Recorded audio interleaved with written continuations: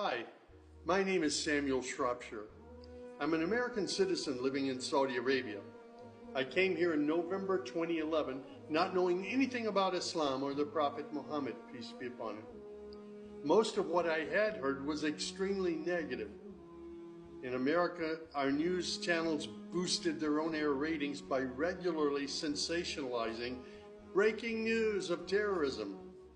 Every 30 minutes, one witnessed horrific scenes of bombings and bloodshed and murder, often one Muslim group fighting against another Muslim group. As killings and beheadings took place, there were always the shouts of Allahu Akbar, Allahu Akbar, God is great. I was invited here to Saudi Arabia by Safi Kaskas to work on what was known as the Q Project. Dr. Kaskas wanted to produce a new, easy-to-read American translation for the next generation of young Americans. Since I could not read or speak Arabic, I wasn't doing any translation work. I was simply invited here to check the English to make certain that this new interpretation of the Quran was easily understood. My work, of course, required that I read the Quran over and over again. Well, as you can imagine, having no knowledge of Islam, I had hundreds and hundreds of questions.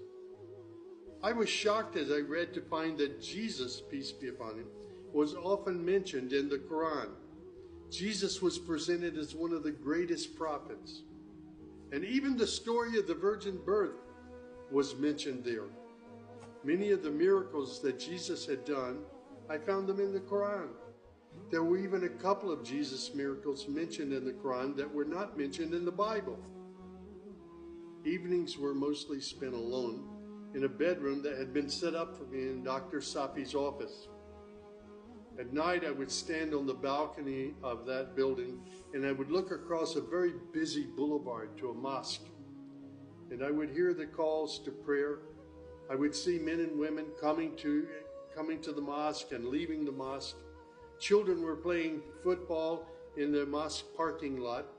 Except for the minaret, it appeared to me to look like a typical Christian church in America. My heart longed to be in that mosque. I felt compelled by God to go there.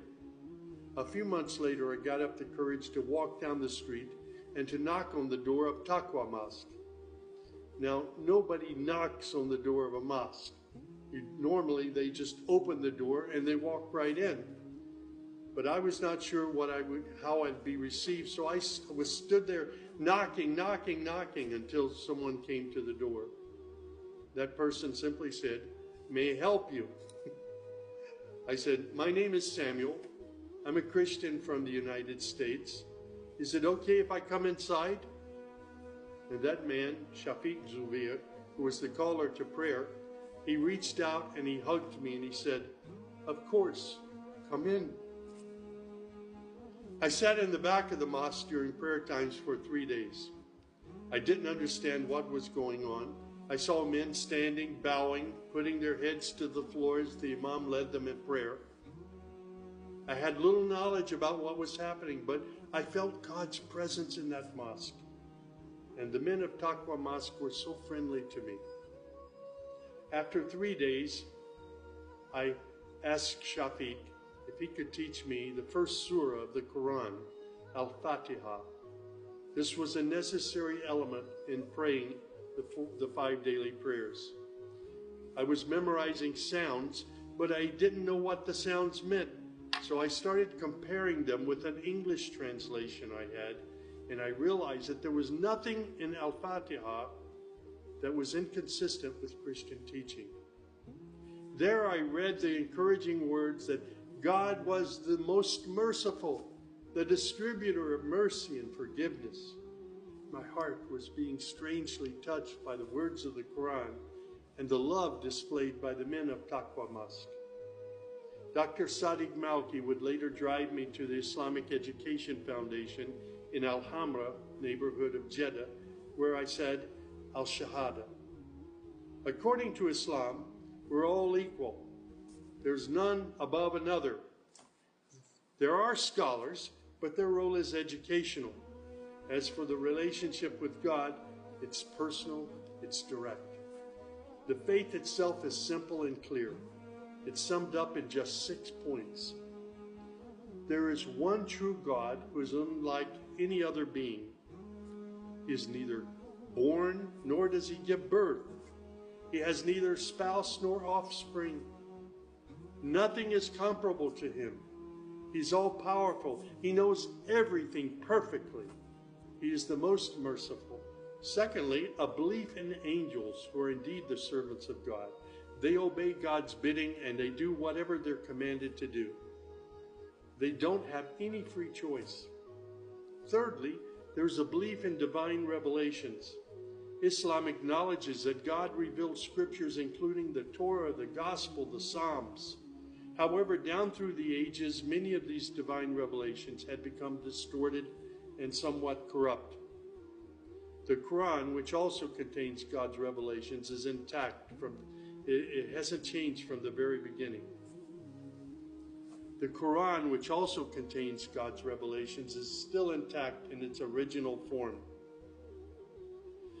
Fourthly, there's a belief that in all earlier prophets and God's messengers, not just Muhammad. They believe in Abraham and Isaac and Moses and Jesus and hundreds of other prophets. They believe that the prophets were the best of mankind. Muslims believe in the last day.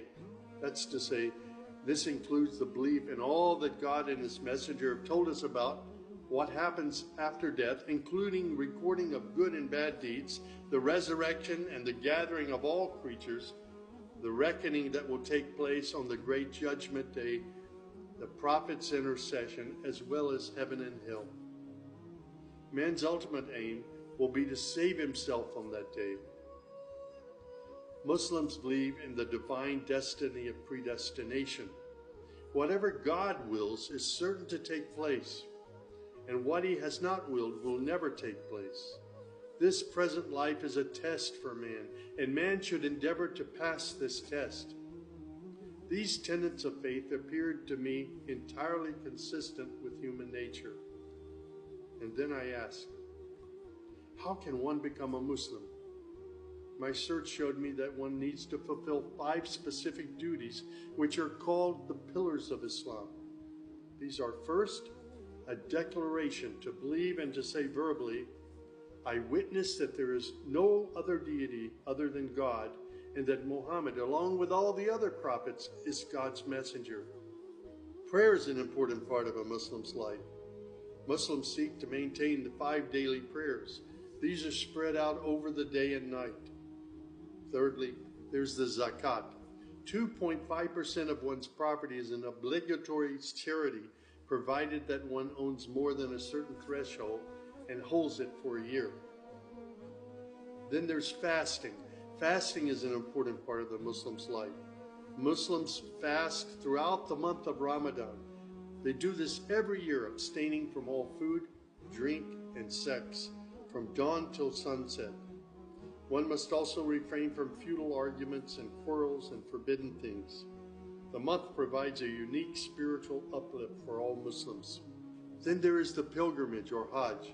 This is performed in Mecca and its surrounding areas.